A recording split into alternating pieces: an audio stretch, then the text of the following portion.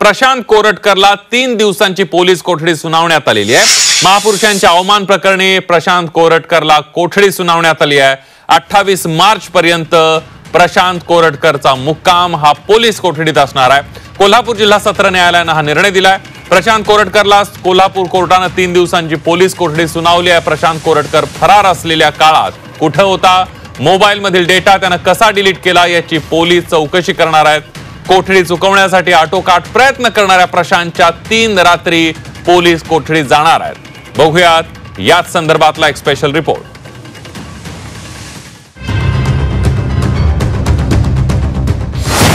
प्रशांत कोरटकरला 3 दिवसांची पोलीस कोठडी। प्रशांतचा मुक्काम कोल्हापूरच्या पोलीस ठाण्यात। प्रशांत विरोधात कोल्हापूरकरांचं चप्पल आंदोलन। महापुरुषांचा अवमान करणाऱ्या प्रशांत कोरटकरच्या पुढच्या 3 रात्री कोल्हापूरच्या जुना राजवाडा पोलीस ठाण्याच्या कोठडीत जाणार आहे। कोल्हापूर न्यायालयाने प्रशांत कोरटकरला 28 मार्च पर्यंत पोलीस कोठडी सुनावली आहे। अटकपूर्व जामीन नाकारल्यानंतर प्रशांत कोरटकर फरार होता।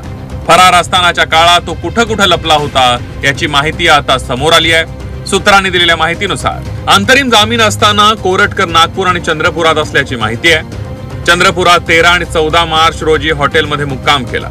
एका बुकीनं कोरटकरसाठी हॉटेल बुक केल्याची माहिती आहे। पोलीस अधिकारी त्याला भेटल्याचीही माहिती आहे। 14 मार्चला कोरटकर नागपूरमधील त्याच्या घरी गेल्याची माहिती मिळते। नागपुरात मित्रांसोबत त्यानं जेवण केल्याचं उघड झालंय। चंद्रपुरातून एका क्रिकेट बुकीच्या गाडीतून पलायन केल्याची माहिती समोर आली आहे।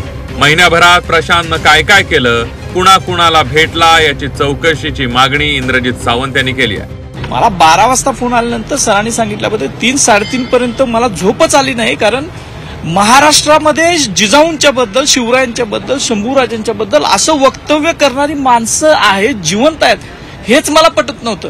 आणि म्हणून मी ते समाजासमोर ही जी काही घाण आहे ही लपून ठेवली तर जास्त दुर्गंधी येणार, म्हणून मी समाजासमोर आणले। आणि माझा तो अधिकार आहे, मी माझ्या फेसबुकवर मी काही जे लोकांना हार होणार नाही, समाजाच्या भावना दुखवणार नाहीत, या सगळ्या गोष्टी मी लिहू शकतो, मांडू शकतो आणि बोलू शकतो। कोल्हापूर पोलिसांनी प्रशांतला तेलंगणातून अटक केली आहे। प्रशांतला कोल्हापूर पोलिसांनी कोर्टात हजर केलं। आरोपीच्या वकिलानं त्यांना तातडीनं जामीन द्यावा अशी मागणी केली आहे। कोर्टानं कोरटकरला विचारलं, पोलिसांकडून काही त्रास झाला का? कोरटकर म्हणाला, काही नाही। सरकारी वकील म्हणाले, कोरटकरला 7 दिवसांच्या पोलीस कोठडीची मागणी सरकारी वकिलांनी केली। कोरटकरनं मोबाईल स्वतः जमा केला नाही, मोबाईल डेटा डिलीट केला। आरोपीचे व्हॉइस सॅम्पल घ्यायचे असल्याची माहिती तपास अधिकाऱ्यांनी कोर्टात दिली। तर 2 समाजात तेढ निर्माण होईल असं विधान केलं। रात्री कुणाच्या सांगण्यावरून फोन केला तपासायचा आहे असं सरकारी वकिलांनी म्हटलंय। दोन्ही कॉल कोरटकरने केल्याचं सीडीआर मधून स्पष्ट होत असल्याचंही सरकारी वकील म्हणाले। नागपूर आणि इतर ठिकाणी तपास करायचा असल्याची माहितीही सरकारी वकिलांनी कोर्टात दिली। तर पोलीस कोठडीची गरज नसल्याचं कोरटकरचे वकील म्हणाले। आरोपीनं महापुरुषांचा अवमान केल्याचं सरकारी वकील म्हणाले। अटक करण्याची गरज नाही, अटक करण्यापूर्वी नोटीस देण्याची गरज आहे। आरोपी आवाजाचे नमुने देण्यास तयार होते असं कोरटकरचे वकील म्हणाले। तर पोलीस कोठडीसाठीचे मुद्दे योग्य आहेत असं सरकारी वकिलांनी सांगितलं। आणि त्यानंतर कोरटकरला कोर्टाने 3 दिवसांची पोलीस कोठडी सुनावली। आरोपीला आज पोलिसांनी अरेस्ट केल्यानंतर मान्य कोर्टामध्ये हजर केलेलं होतं। त्याची एकूण 7 दिवसाची पोलीस कस्टडी पोलिसांनी मागितलेली होती, परंतु 28 तारखेपर्यंत त्याची पोलीस कस्टडी न्यायालयाने मंजूर केलेली आहे। दरम्यान प्रशांत कोरटकर विरोधात कोर्टाबाहेर आणि पोलीस ठाण्याबाहेर कोल्हापूरकरांनी प्रचंड घोषणाबाजी केली। कोणतीही अनुचित घटना घडू नये म्हणून प्रशांतला पोलिसांनी चक्क पळवत कोर्टात नेलं, तसंच कोर्टातून बाहेर काढलं। कोल्हापूरकरांनी आरोपीला चप्पल दाखवण्याचाही प्रयत्न केला। पोलीस प्रशासनाकडे मागणी आहे माझी, त्या नालायकाला देशद्रोहाचा गुन्हा त्याच्यावर दाखल करा, अन्यथा आमच्या शिवभक्तांच्या ताब्यात द्या, त्याला कोल्हापुरी हिसका हे पायतानच, आणि नुसतं पायतान नाही तर त्याला गाढवावरनं त्याची धिंड काढू। हे बघा, प्रसाद द्यायची तर मनापासून इच्छा आहे सर्व शिवभक्तांची, पण पोलीस प्रशासनाला कुठलाही त्रास होऊ नये याकरता आम्ही फक्त आता दाखवणार।